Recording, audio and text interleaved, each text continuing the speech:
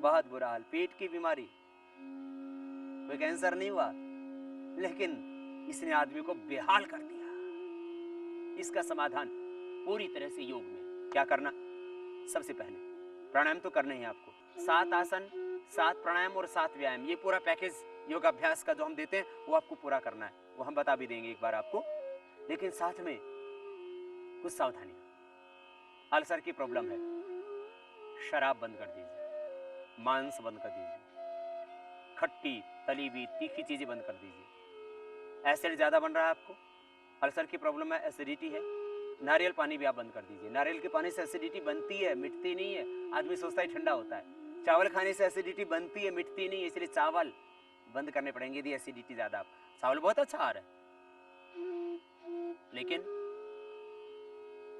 चावल एसिडिटी में नुकसान करता है, नारियल का पानी एसिडिटी में नुकसान करता है, दही छाछ एसिडिटी में नुकसान करते हैं। ठंडा दूध पीना, आप गर्म करके ठंडा किया हुआ, ये दूध ठीक रहेगा आपके लिए। फ्रिज का दूध भी नहीं पीना चाहिए। फ्रिज का दूध तो पर, ये फ्रिज की जो वस्तुएं, इनसे भी कैंसर जैसी और दूसरी समस्याएं पैदा हो रही हैं, इनसे भी बचिए आप। प्रदूषण, धुआं, ये तंबाकू, ये सब चीजें तो नुकसान करती हैं। वहीं पर जो है ये फ्रिज भी, उसमें रख करके बार बार चीजों को गर्म करना, ठंडा करना, गर्म करना, ठंडा करना, इससे पेट की बीमारियां और कैंसर की बीमारियां, अल्सर की प्रॉब्लम ये पैदा होती है। आपको मैं कह रहा था, आप थोड़ा सा अपने आहार में परिवर्तन करना, थोड़ा सा खान पान में परिवर्तन करना, आपकी ये अल्सर की, आंव संग्रहण की प्रॉब्लम ठीक हो जाएगी। दूध पी लेना, और दूध भी गाय का पियो।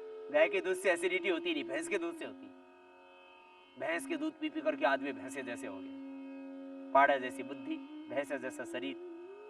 मैं नहीं कहता, भैंस भी एक जीव है, उसका भी दूध पीना चाहिए। उसका दूध नहीं मिलेगा तो देश में दूध की कमी हो जाएगी, परंतु गाय का दूध सर्वोत्तम है। और बीमार व्यक्तियों को तो गाय का ही दूध पीना चाहिए, और जो बीमार नहीं होना चाहते उनको भी गाय का ही दूध पीना चाहिए, और जो अपने मति को शुद्ध सात्विक रखना चाहते हैं उनको भी गाय का ही दूध पीना चाहिए। उसे हार्ट की प्रॉब्लम नहीं होगी, उसे कोलेस्ट्रॉल नहीं बढ़ेगा, उसे कैंसर नहीं होगा, उसे पेट की समस्याएं नहीं होंगी, इंडाइजेशन नहीं होगा।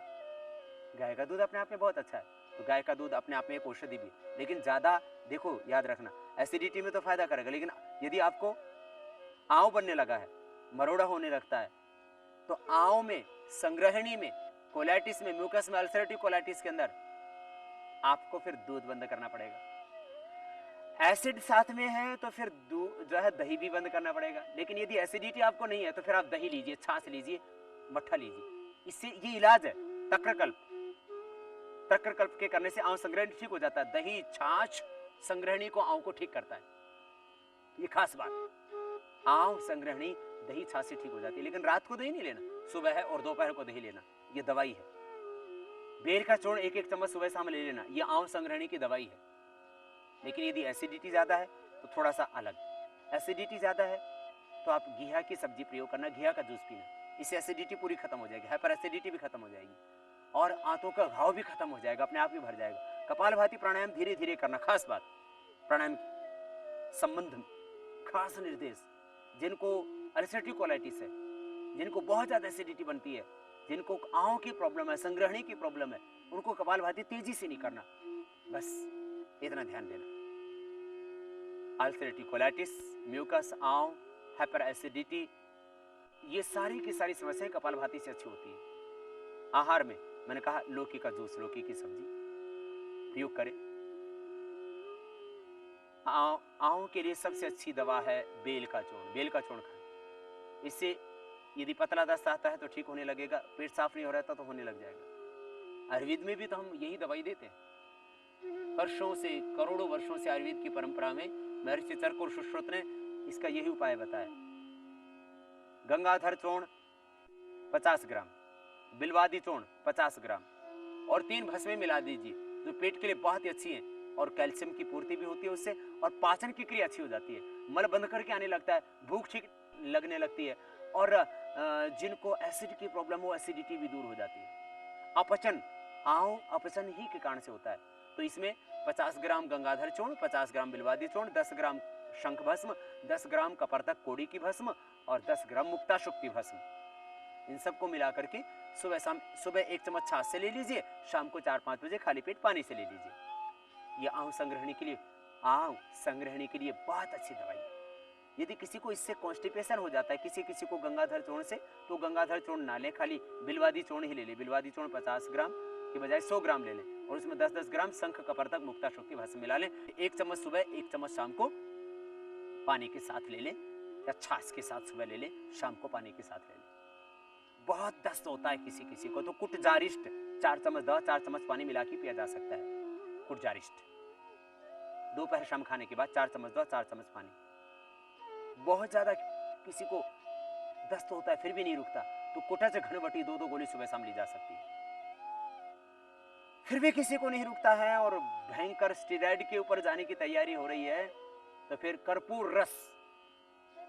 लेकिन इसमें आपको एक सावधानी बता देता हूं, इसमें कर्पूर रस एलोपैथ में बहुत सी दवाएं बनती है, आयुर्वेद में भी इसमें अफीम पड़ता है, सबको तो बनाने का लाइसेंस भी नहीं होता है। कर्पूर रस 1 गोली खाई जा सकती है। कुटज घनवटी ये और कुटजारिष्ट, इससे जो बार बार दस्त जाने की दिक्कत है उसमें फायदा हो जाएगा, आपको लाभ हो जाएगा। अपचन के लिए चित्रकादि वटी भी साथ में ली जा सकती है। चित्रकादि वटी, आरोग्यवर्धनी वटी या उद्रामृत, ये भी वैद्य के परामर्श के अनुसार, फिर ज्यादा बढ़ गई है समस्या तो आपको वैद्य के पास ही जाना पड़ेगा। साधारण रूप से यदि आपको एसिडिटी है तो क्या करें? लौकी का जूस पिए, लौकी की सब्जी खाएं, इसी से ठीक हो जाएगा। फिर भी बहुत ज्यादा एसिडिटी और कंट्रोल में नहीं आ रही है तो अविपत्तिकर चूर्ण 50 ग्राम, उसमें 10 ग्राम मुक्ताशुक्ति भस्म मिलाकर के ले लीजिए। अविपत्तिकर चूर्ण 50 ग्राम, मुक्ताशुक्ति भस्म 10 ग्राम, दोनों मिलाकर के आधी चम्मच या 1-1 चम्मच सुबह शाम पानी के साथ दे दे तो एसिडिटी ठीक हो जाएगी। हाइपर एसिडिटी, बहुत ज्यादा एसिडिटी होगी तो क्या करें? 5 ग्राम मोती पिष्टी, 10 ग्राम कामधुता रस और 10 ग्राम मुक्ताशुक्ति, बस मिलाकर के आधा ग्राम सुबह शाम शहद से ले लेना, हाइपर एसिडिटी भी ठीक हो जाएगी। घरेलू उपचार सबसे अच्छा है कि घिया का जूस और दूसरी हरी सब्जियां और घिया की सब्जी, इसका प्रयोग कीजिए, सबसे अच्छा है। फिर प्राणायाम करना, कुछ चीजों का और परहेज करना, तली हुई चीजें नहीं खाना, और खास करके कोल्ड ड्रिंक तो टोटली बंद कर देना। कोल्ड ड्रिंक के कारण से ही पेट की समस्याएं, कैंसर की समस्या, ऑस्टियोपोरोसिस की हड्डियों की घिसने की समस्या, भयंकर बीमारियां हो रही। पिज्जा, बर्गर, ब्रेड, ये मैदा वाले सामान, इनको बंद कर देना। मांसाहार का सेवन नहीं करना, तली हुई चीजें नहीं खाना, शराब टोटली बंद कर देना। 10 से 20 ग्राम शराब यदि रोज पी जाए तो करीब 20 वर्ष के अंदर आदमी को अल्सर ही नहीं, अल्सरेटिव कोलाइटिस ही नहीं, उसको लिवर सिरोसिस की प्रॉब्लम हो जाती है। रोज पीता रहे तो, माने थोड़ी शराब भी रोज पिए तो, यदि 80 ग्राम शराब रोज पी ली तो 10 ही साल में अल्सर, आपको लिवर सिरोसिस की प्रॉब्लम हो जाएगी, माने तो लिवर काम करना ही बंद कर देगा, एक तरह का लिवर का कैंसर। ये डॉक्टरों के ऐसे जो लगातार शराब पी रहे थे उन लोगों पर अनुसंधान उन्होंने किया, रिसर्च किया, तो इस निष्कर्ष पर पहुंचे कि जो 80 ग्राम तक, 80 ग्राम से कम तो शराब कहां पीता आदमी, 80 ग्राम कम से कम शराब रोज पी जाए तो 10 से 20 साल के अंदर आदमी का लिवर ही खराब हो जाता है, लिवर सिरोसिस ऑफ लिवर की प्रॉब्लम हो जाती है। इसलिए बचना आप इन चीजों के खाने से, और थोड़ा सा आहार में परिवर्तन करना। कॉन्स्टिपेशन है तो आप, जिनको आंव की दिक्कत है, जिनको संग्रहणी की प्रॉब्लम है, उनको कभी कभी पेट साफ भी नहीं होता है, तो मुलैठी, मुनक्का, मुलैठी लगभग आधी चम्मच, सौंफ आधी चम्मच, और मुनक्का 5-7 या 10 तक ले सकते हैं अधिकतम, 8-10 मुनक्के, मुलैठी और सौंफ, इसको पानी में उबालें और उबाल करके इसको पी जाए सुबह और एक बार शाम को, सुबह खाली पेट एक बार शाम को। तो फिर यदि आपको कॉन्स्टिपेशन होता है, पेट साफ नहीं होता है, हमेशा पेट कटता रहता है और अपचन रहता है, भूख ही नहीं लगती है, दिन भर काम करने को जी नहीं करता है, तो ये मुलैठी, मुनक्का और सौंफ, इसका पानी पीजिए, इसी पेट ठीक साफ होने लगोगे, ज्यादा दस्त भी नहीं लगेगी। दोनों ही दिक्कतें, कई बार ज्यादा पेट साफ होता है, कई बार होता ही नहीं है, पेट जाम हो जाता है, भूख लगनी बंद हो जाती है, तो ये अपचन की दिक्कत चित्रकादि वटी आदि से दूर होगी। और हमने जो प्रयोग आयुर्वेदिक बताए ये भी थोड़े कर सकते हैं, क्योंकि पेट की बड़ी खतरनाक समस्या है, और इसमें लौकी की सब्जी, लौकी का जूस तो आपको प्रयोग करना ही करना है।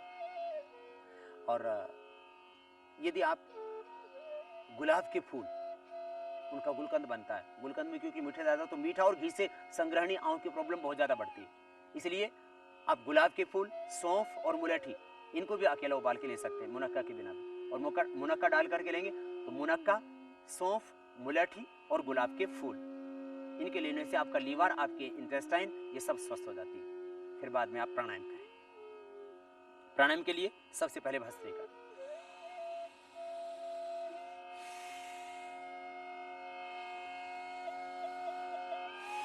दोनों हाथ घुटनों के ऊपर। आप वायु मुद्रा में भी बैठ सकते हैं और ध्यान मुद्रा में भी बैठ सकते हैं। सीधे बैठे, सिद्धासन, सुखासन या पद्मासन में।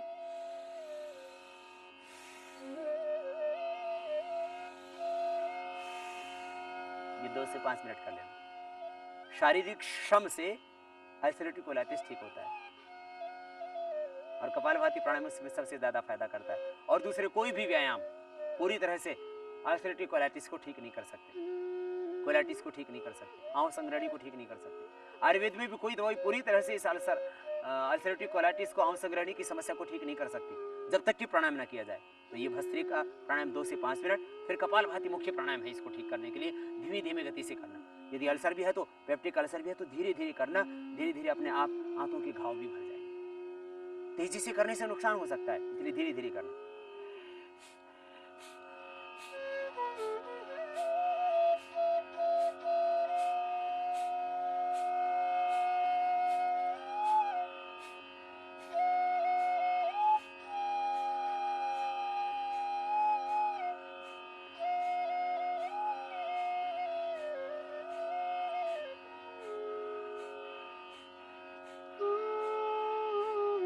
बहुत ज्यादा अल्सर है तो और धीरे करना। देखो ऐसे,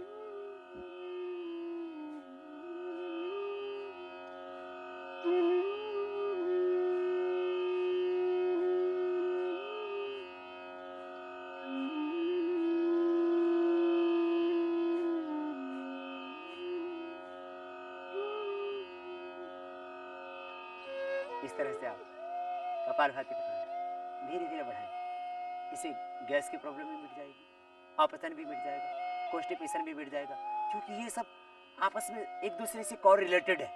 पेट की सारी समस्याएं, गैस, कब्ज, एसिडिटी, फिर जो है आंव संग्रहणी, फिर अल्सर, ये सब प्रॉब्लम एक साथ होने लग जाती है। कपालभाति प्राणायाम भी करना, लेकिन कपालभाति के साथ साथ अपने खान पान को भी ठीक करना। अंकुरित अन्न लेना, अंकुरित अन्न खूब चबा चबा के खाएं, नहीं तो पेट में ऐसे निकल जाएंगे। फिर अपचन तो है ही, आंव संग्रहणी। तो खास करके सबसे निर्दोष है अंकुरित अन्न में मूंग। उसमें थोड़ा सा आप मुनक्का साथ में लेते रहे तो पाचन ठीक रहेगा। चना थोड़ा भारी होता है, मूंगफली भारी होती है, बादाम भी भारी होते हैं, इसलिए अंकुरित अन्न में आप मूंग का प्रयोग करें। नाश्ते में आप पपीता लें, सेब लें, अमरूद बिना उसका बीज चबाए प्रयोग करें, तो इससे दस्त भी नहीं होगा। जो है थोड़ी मात्रा में, ज़्यादा अमरूद खाने से पेट में गैस बनती है। उसके साथ थोड़ा सेंधा नमक और थोड़ा काली मिर्च का प्रयोग करते रहें। ज़्यादा मसाले खाने से भी पेट खराब होता है, इसलिए ज़्यादा मसाले भी मत खाया करो, लेकिन थोड़ी मात्रा में लेने से दिक्कत नहीं होती। थोड़ा सा आप यदि काली मिर्च और नमक के साथ अमरूद थोड़ी मात्रा में लेते हैं तो पेट के लिए अच्छा रहेगा। अमरूद कम मात्रा में, सेव, पपीता, चीकू, ऐसी चीज़ें लें। मुनक्का भिगो करके लें, काली द्राक्ष लें, ये पेट के लिए बहुत अच्छी है। और कपालभाति प्राणायाम साथ में करते रहें। आहार के ऊपर तो नियंत्रण करना ही पड़ेगा आपको, क्योंकि जीवन के 3 आधार हैं, आहार, निद्रा, ब्रह्मचर्य। आज तीनों ही आधार टूट रहे हैं। पाश्चात्य संस्कृति की ऐसी आंधी वही कि भारत का सांस्कृतिक राष्ट्रवाद, भारत की परंपराएं, भारतीय खान पान, भारतीय वेशभूषा, भारतीय भाषा, भारतीय परंपराएं टूट रही है। इसलिए दोबारा से हमें अपनी भाषा से, मातृभाषा से, मातृभूमि से जुड़ना पड़ेगा, अपने माँ बाप से जुड़ना पड़ेगा। माँ का सम्मान रखो, मातृभूमि का सम्मान करो, मातृभाषा का सम्मान करो, और परंपराओं से जो हमें मिली है अपनी दौलत, उनको न गवाओ। लौटना तो वहीं पड़ेगा सबको। कपालभाति प्राणायाम फिर से करें।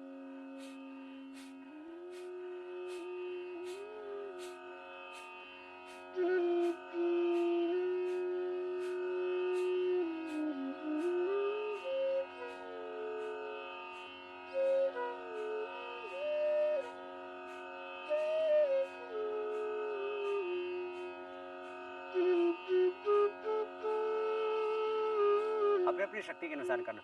कमर में दर्द है तो धीरे करना, हार्ट हाई बीपी की प्रॉब्लम है तो धीरे करना, और अल्सर की प्रॉब्लम है तो धीरे ही करना है कपालभाति प्राणायाम।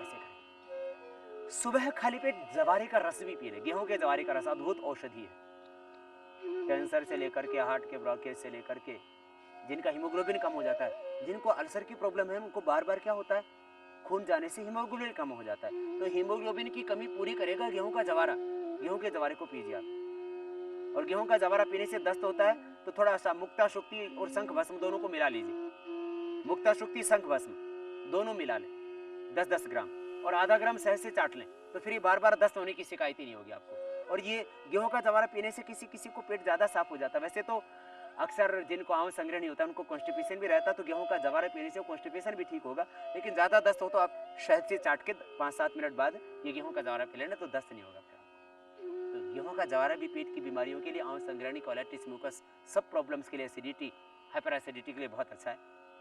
और इसके साथ एक बहुत अच्छा प्रयोग है ग्वारपाठे का, एलोवेरा का। इससे कॉन्स्टिपेशन भी मिटता है एलोवेरा से। पेट की सारी समस्याएं, ये डायबिटीज के भी लाभदायक है, वात रोगों में भी फायदा करता है, और पेट की गैस भी नहीं बनने देता, एसिडिटी को पूरी तरह से मिटा देता है, और पेट के अंदर के घाव भर देता है, बाहर के घाव को भी ठीक करता है। चेहरे के ऊपर लगाओ तो चेहरे के ऊपर भी ग्लो आ जाता है। घृत कुमारी, एलोवेरा, उसका गुद्दा, इसकी सब्जी भी बना के खाई जाती है। ऊपर उसका छिलका उतार के और उसको कटिंग करके और थोड़ा सा नींबू डाल करके, और जो है बहुत अच्छी सब्जी भी बनती है इसकी, एलोवेरा की। इसकी बर्फ़ी भी बन जाती है। दूध में धीरे धीरे पकाने से मावा निकाल करके उसकी बर्फ़ी भी बनाइए, इंडाइजेशन भी नहीं होगा, आपको मिठाई भी खाने को मिल जाएगी। एलोवेरा, घृत कुमारी अपने आप में बहुत अच्छी औषधि है, इसलिए आयुर्वेद में कुमार आशावादी बनाया जाता है पेट की बीमारियों के लिए। मैं बता रहा था आपको, कुटजारिष्ट जैसे कूड़े से बनता है, वो भी पेट के लिए बहुत अच्छी औषधि है। जब अब इंडाइजेशन बहुत ज़्यादा हो जाता है तो फिर कुटजारिष्ट के साथ में हम कुमारी आसव या पुनर्नवारिष्ट भी देते हैं। पुनर्नवारिष्ट शोथ को कम करता है, आंतों में जो सूजन आदि आ जाती है। कुमारी आसव पूरे पेट के समस्याओं को मिटाता है और भूख को जगाता है। आयुर्वेद में करोड़ों वर्षों से ये कुमारी आसव बनता है। तो घृत कुमारी का जूस भी आप पी लें, खाली पेट पीना, खाने के 1 घंटे बाद पानी पीना, तली हुई चीज़ों का सेवन बंद कर देना, शाम को हल्का भोजन लेना। बहुत ज़्यादा आंव बनती है तो फिर दूध बंद करना पड़ेगा, दही छाछ लेना पड़ेगा। और यदि बहुत ज़्यादा एसिडिटी है आपको, और यदि दोनों ही साथ में हो गए, तो दूध और दही छाछ सब बंद करके आप सिंपल बस फल फ्रूट और जो आपको बताया इस आहार पर आ जाइए। थोड़े दिन के बाद जब ठीक हो जाएंगे तो सब कुछ खाना पीना, कोई दिक्कत नहीं है। जो खाना चाहिए वो, ऐसा नहीं कि फिर मांस भी खाने लगे।